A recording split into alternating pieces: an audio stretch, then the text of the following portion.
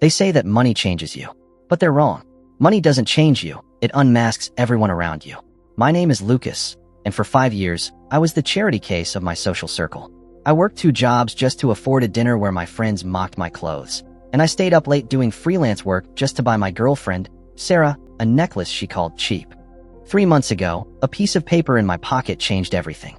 I won $100 million. But I didn't buy a mansion. I didn't buy a Ferrari. I kept my beat-up car and my tiny apartment. I wanted to see who would still be standing by my side when the world thought I had nothing. Yesterday, Sarah left me for my rival, Liam, at a party where I was literally kicked out for being too poor for the guest list. Today, I'm showing up to work, not to clock in, but to introduce myself as the new owner of the building. Welcome to ThreadVerse. In the city of glass and steel, I was the shadow that everyone stepped on. I was a junior analyst at a logistics firm, earning just enough to pay for rent and the privilege of hanging out with Mark, Chloe, and Liam, the so-called elite of our college group. And then there was Sarah. We had been together for 3 years. I loved her with everything I had. I skipped meals so I could take her to the trendy restaurants she saw on Instagram. I worked weekends so I could pay for the designer bags she needed to keep up with her friends. But to her, I wasn't a partner. I was a placeholder until someone better came along. Lucas, seriously? Another stay-at-home date night? Sarah asked, tossing her hair in frustration. We were in my cramped apartment. I had cooked a 3-course Italian meal from scratch. Sarah, I'm saving up for our future. If I can just get this promotion. Future? Lucas, Mark just bought a beach house. Liam is taking Chloe to Paris. My future, with you, looks like a lifetime of coupons and bus passes. It's embarrassing. That night, we went to a bar to meet the group. I was wearing a suit I'd bought at a thrift store. It was clean and well-tailored, but to Mark, it was a Target. Whoa, look at Lucas. Mark laughed, holding up his $500 bottle of scotch. Coming in hot with the 2015 discount special. Don't worry, buddy, I'll buy your first drink. It's on the success tax. The table erupted in laughter. Sarah didn't defend me. She just looked at her phone, her face flushed with shame. I sat there, the invisible man, the punchline to their jokes, wondering why I kept trying to fit into a world that wanted to keep me under its heel. The turning point happened on a rainy Tuesday. I was at a gas station, counting pennies for 5 gallons of fuel, when I saw the sign for the Powerball. I had $2 left in my fund budget for the month. On a whim, I bought a ticket. The next morning, I checked the numbers. 14, 22, 38, 44, 60, and the Powerball, 12. I checked again, and again. I went to the bathroom and splashed cold water on my face. My hands were shaking so hard I nearly dropped my phone. I wasn't just a winner. I was the sole winner of a $100 million jackpot. For the first time in my life, I felt like I could breathe. The debt, the struggle, the constant fear of the next bill, it was gone in a heartbeat. I called my lawyer, a man I'd done some research on named Mr. Sterling. He was the kind of guy who handled high-net-worth individuals with absolute discretion. I want to claim it anonymously, Mr. Sterling, I said, sitting in his mahogany Senate office 2 days later. And I want the money moved into a private trust. I don't want a single person to know. Most people want to shout it from the rooftops, Lucas, Sterling said, peering over his glasses. Why the secrecy? Because for 25 years, I've been Lucas the poor kid. I want to see how many people actually love Lucas the human being. I'm going on a loyalty test. I didn't quit my job. I didn't move. I kept wearing the same clothes. The only difference was the black card hidden in the lining of my worn-out wallet and the feeling of absolute power that came with knowing I could buy the entire block if I wanted to. But the test was about to get much harder. The loyalty test reached its breaking point at Mark's annual summer soiree. It was a black tie event at his family's estate. I had spent 6 months pretending to be struggling, even telling Sarah I had lost my junior analyst job to see if she'd help me. Spoiler alert, she didn't. She spent those months growing more distant, more cold, and spending more time networking with Liam. I arrived at the party in my old, rattling Honda. The valet looked at the car as if it were a pile of trash. When I stepped out in my best, but still old, suit, I saw Sarah standing at the top of the marble stairs. She was wearing a dress that I knew I hadn't paid for. Beside her was Liam, his arm draped possessively over her waist. Lucas, what are you doing here? Sarah asked, her voice sharp with annoyance. I told you this was a high-level networking event. You don't have a job, remember? I'm your boyfriend, Sarah. I thought I'd be your plus one. Actually, Lucas. Liam stepped forward, a smug grin on his face. Sarah decided she needed a plus one who actually adds value to her life. We're together now. I've already moved her things into my penthouse. The crowd around us, our friends, started to snicker. Mark walked over, holding a glass of champagne. Sorry, Lucas, The guest list is for winners only. And right now, you're looking like a major liability. Security will show you out. We wouldn't want you accidentally pocketing the silverware, right? Sarah, is this what you want? I asked, looking her in the eye. Lucas, look at yourself, she spat. You're a loser. You'll always be a loser. Liam can give me the life I deserve. You can't even pay for your own gas. Go away. Stop embarrassing me. I didn't scream. I didn't beg. I looked at Mark, Chloe, Liam, and finally Sarah. I saw them for exactly what they were. Parasites who only valued the light, never the person holding the candle. You're right, Sarah, I said, my voice eerily calm. I don't belong here. But don't worry. I'm moving on to bigger things. Much bigger. As I walked back to my car, the laughter of my friends followed me down the driveway. They thought they had just evicted a beggar. They didn't realize they had just insulted the man who was about to become their boss. I picked up my phone and called Mr. Sterling. Sterling? That logistics firm I work for, Sterling Grant Logistics? I want it. All of it. Buy every outstanding share by Monday morning. I want to be the majority owner before the opening bell. Consider it done, Lucas, Sterling replied. And the employees? Tell them to prepare for an all-hands meeting. The new chairman is coming to clean house. Monday morning at Sterling Grant Logistics usually smelled like overpriced coffee and anxiety. For Liam and Mark, it was a playground. As senior managers, they spent their mornings leaning against the glass walls of the break room, mocking the junior staff and discussing which expensive watch they'd buy with their next quarterly bonus. Hey, has anyone seen the charity case this morning? Liam laughed, adjusted his silk tie. I heard Sarah kicked him out so hard, he might have actually landed in a homeless shelter. Poor Lucas. He probably couldn't even afford the bus fare to come pick up his last paycheck. Mark chuckled, checking his Rolex. The CEO called an emergency all-hands meeting for 9 a.m. Something about a change in leadership. Maybe they're finally getting rid of the dead weight. Speaking of which, where's Lucas? He's late. At exactly 8:59 a.m., a sleek, midnight black Mercedes Maybach pulled up to the curb directly in front of the glass entrance. The valet, usually dismissive of the staff, ran to open the door. A man stepped out. He wasn't wearing a thrift store suit with frayed edges. He was wearing a bespoke, navy blue three-piece suit that fit him like armor. His shoes were handcrafted Italian leather, clicking against the pavement with the sound of absolute authority. He adjusted his platinum cufflinks and looked up at the building he now owned. It was me. I walked through the lobby. The receptionist, who used to ignore my good mornings, stood up so fast she nearly knocked over her monitor. Yes, sir? Can I help you? I'm here for the 9 a.m. meeting, I said, my voice calm, resonance echoing in the marble hall. I believe the chairman is expected. I walked into the conference room. 100 people were there, including Liam and Mark, who were sitting in the front row, looking smug. When they saw me walk in, Liam actually snorted. Lucas? What the hell are you wearing? Liam hissed as I approached the head of the table. Did you rob a costume shop? Get out of here before security drags you. The side door opened, and Mr. Henderson, the CEO who had ignored my existence for years, walked in. He looked pale, sweating profusely. He didn't look at Liam. He walked straight to me and bowed slightly. Ladies and gentlemen, Henderson said, his voice trembling. I have a monumental announcement. As of 8 a.m. this morning, Sterling Grant Logistics has been acquired by the Vanguard Private Trust. I would like to introduce you to our new majority shareholder and chairman of the board. Henderson gestured toward me. Mr. Lucas Daniels. The silence that followed was so heavy it felt like the oxygen had been sucked out of the room. Liam's jaw literally dropped. Mark's face went from pale to a ghostly white. I sat down in the high-backed leather chair at the head of the table, the seat of power. Morning, everyone, I said, leaning back and lacing my fingers together. Liam, you were saying something about security? The news of my overnight success hit the office like a nuclear blast. But the real explosion happened an hour later when Sarah showed up. I was in my new corner office, the one Liam had been eyeing for years. I was looking at a spreadsheet of the company's toxic assets, which included Liam and Mark's inflated salaries, when my secretary buzzed in. Mr. Daniels? A Miss Sarah Miller is here. She says she's your fiancé. She's very insistent. Send her in, I said, not looking up from my monitor. The door burst open. Sarah walked in, looking like she'd just seen a ghost. She was wearing the same dress she wore to the party, her makeup slightly smeared.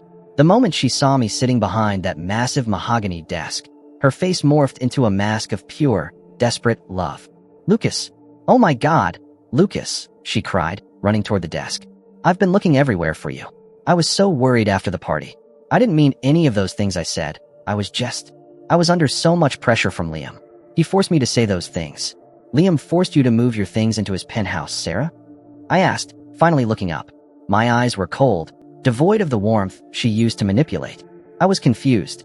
I thought you were struggling, and I wanted to motivate you, she sobbed, trying to reach for my hand across the desk. I've always loved you, Lucas. Remember the Italian dinner you made? That was the best night of my life. Can we just go back to that? We can move into a huge house now. We can finally have the life we talked about. I pulled my hand back. The life you talked about, Sarah? The life that required a $100 million lottery ticket to be worth your time. It's not like that. It's exactly like that, I said, standing up and walking to the floor-to-ceiling window. I won that money 3 months ago, Sarah. 3 months. During that time, I watched you mock my clothes. I watched you flirt with Liam while I was sitting right there. I watched you call me a loser and tell me to stop embarrassing you. I turned back to her. The lottery wasn't for the money, Sarah. It was for the truth. It was a loyalty test, and you failed it with flying colors. You didn't love the man who cooked you dinner. You love the man who can buy the restaurant. And that man doesn't want you. Lucas, please, give me another chance. I'll do anything. I've already arranged for your things to be moved out of Liam's penthouse, I said, sitting back down. Not because I want you back, but because I just bought that building too, and I'm converting his unit into a storage closet.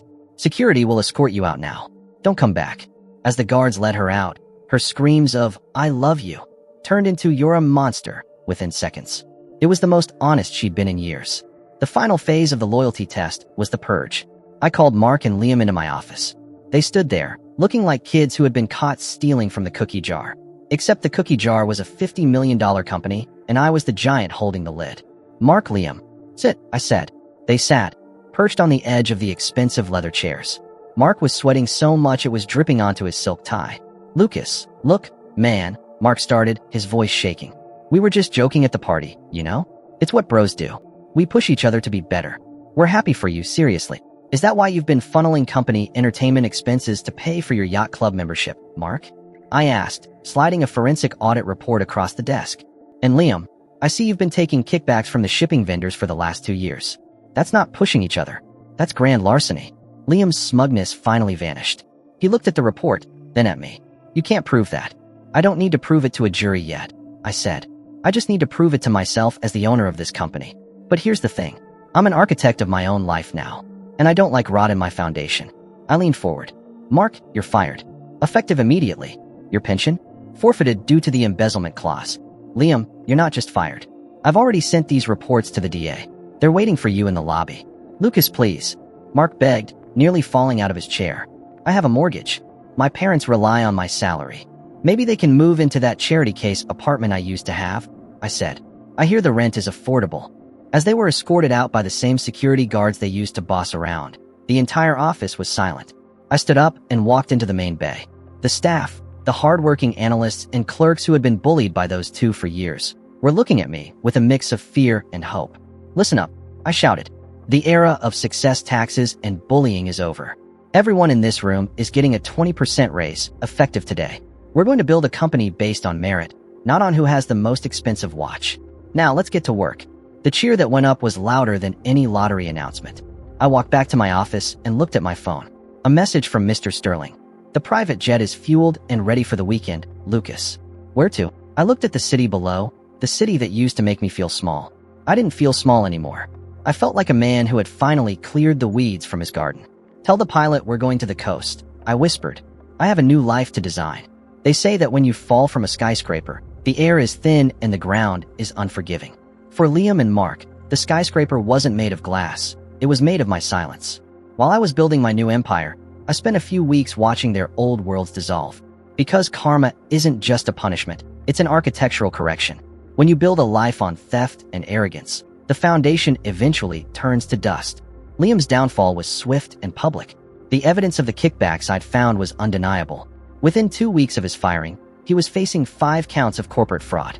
I watched from the shadows of my tinted windows as he walked out of the courthouse, no longer in a bespoke suit, but in a cheap, off-the-rack blazer he'd bought for his hearing. His billionaire connections had vanished the moment his bank accounts were frozen. Nobody wants to be friends with a fraud when the money stops flowing. Mark didn't go to jail, but he suffered a fate that, for him, was worse. Without his high-paying job and with his reputation in tatters, his social circle evaporated. I heard he had to sell his luxury car and move back into his parents' basement. The same man who mocked my thrift store suits was now seen wearing a fast food uniform. working a night shift just to pay off his mounting credit card debt. And then there was Sarah. She had tried to pivot, of course. A woman like her always has a backup plan. She tried to date a local developer she met at a bar, but word of the $100 million lottery scandal had spread. Everyone knew her as the girl who left a millionaire for a fraud. She became a social pariah in the very circles she had sacrificed our love to join. Her Instagram, once filled with staged luxury, became a ghost town of old photos and inspirational quotes that nobody believed.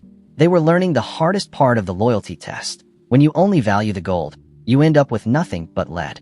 While the parasites were starving, I returned to the one place that had never judged me, Gable's Diner. It was a greasy spoon in my old neighborhood where I used to go when I only had $5 in my pocket. Mrs. Gable, the owner, was a 60-year-old widow who had given me more free coffee and extra portions of pancakes than I could count. She knew I was struggling, and she never made me feel small. I walked in, wearing my old hoodie and jeans. I didn't want to be the chairman here. I wanted to be Lucas. Back again, Lucas? Mrs. Gable chirped, wiping the counter. You look tired, honey. The usual? I've got some fresh blueberry muffins that accidentally came out a bit too big for the display. I'd love that, Mrs. Gable, I said, sitting on the same wobbly stool I'd sat on for years. How's the job hunt going? You find that junior analyst position yet? Actually, Mrs. Gable, I said, pulling out a small, elegant envelope. I found something better. I wanted to thank you for all the mornings you kept me fed when I couldn't afford to pay. She opened the envelope. Inside wasn't a check. It was a deed. I had bought the entire building the diner was in, and I'd set up $1 million endowment fund for her retirement. Lucas, what is this? She whispered, her hands shaking. The building is yours, Mrs. Gable. No more rent. No more worrying about the developers. And the fund will make sure you never have to work a day you don't want to. You were the only one who passed the loyalty test without even knowing there was a prize. She didn't scream. She just leaned across the counter and hugged me, crying into my shoulder. In that moment, the $100 million felt like more than just numbers. It felt like justice. The last time I saw Sarah was at a high-end luxury boutique downtown. I was there picking up a custom watch for Mr. Sterling as a thank you gift. Sarah was there too, not as a customer, but at the returns counter. She was trying to return a designer handbag she'd bought months ago, likely desperate for the cash. I'm sorry, ma'am, the clerk said firmly. The return window has passed, and there is visible wear on the leather. We cannot give you a refund. Please. It's practically new. I need the money for my rent. Sarah was pleading, her voice rising in a way that made other customers look away in embarrassment. I walked past her. I didn't hide. I wanted her to see the man she had discarded. Lucas? She gasped, her eyes widening as she saw the boutique manager bow to me. Lucas, wait. Please, tell them. Tell them who I am. Maybe you can just buy this bag from me? For old time's sake. I stopped and looked at her. I saw the desperation, the greed, and the hollow shell of a woman who had traded her soul for a dream that had turned into a nightmare. I don't buy used goods, Sarah, I said, my voice quiet but cutting through the air like a knife. Especially things that are worn out on the inside. You wanted the life Liam could give you. I hope the rent in his storage closet is affordable. You're heartless, she shrieked as I walked away. Money changed you. You're just a cold, arrogant. No, Sarah, I said, pausing at the door. Money didn't change me. It just gave me a louder voice to tell the truth. You changed when you thought I was poor, and that's a debt you'll be paying for the rest of your life. I stepped out into the sunshine, where my driver was waiting. As the door of the Maybach closed, the sounds of her screaming faded into the hum of the city. The loyalty test was officially closed. They say that money can't buy happiness, and they're right, but money can buy a front row seat to the truth. My name is Lucas, and a year ago, I was a ghost in a city of giants. Today, I am the one who builds the skyline. The $100 million lottery win was a miracle, yes. But the real gift wasn't the bank balance. It was the clarity. It allowed me to clear the weeds out of my life and find the people who truly mattered. I didn't lose my friends. I simply discovered I never had any to begin with. And in their place, I found a community of people who value character over currency. Liam is serving time. Mark is serving burgers. Sarah is serving her own regrets. And me? I'm serving a purpose. I've turned Sterling Grant Logistics into a powerhouse of fair trade and employee rights. I've built housing for the people in my old neighborhood. And every Tuesday, I still go to Gable's Diner for a blueberry muffin. The secret is out, but the lesson remains. Never judge a person by the car they drive or the suit they wear. Because you never know when the charity case in the corner might just be the man who owns the building. Build your life on loyalty, not on luxury. Because when the gold fades, the only thing left standing is the person you chose to be when you had nothing. This is ThreadVerse. Stay loyal. Thanks for staying with us for this incredible journey. Lucas's story is the ultimate dream for anyone who has ever felt invisible or undervalued. It's a powerful reminder that karma doesn't always come in a lightning bolt. Sometimes it comes in a winning lottery ticket in a well-placed silence. Lucas didn't just win $100 million. He won his life back from the people who tried to steal his spirit. If you cheered when Lucas told Sarah he doesn't buy used goods, do me a huge favor. Smash that like button. It helps the ThreadVerse community grow and brings more stories of poetic justice to your feed. Don't forget to subscribe and hit that notification bell. We have plenty more stories of hidden wealth, epic betrayals, and the ultimate loyalty tests coming your way. Before you head out, I want to hear from you.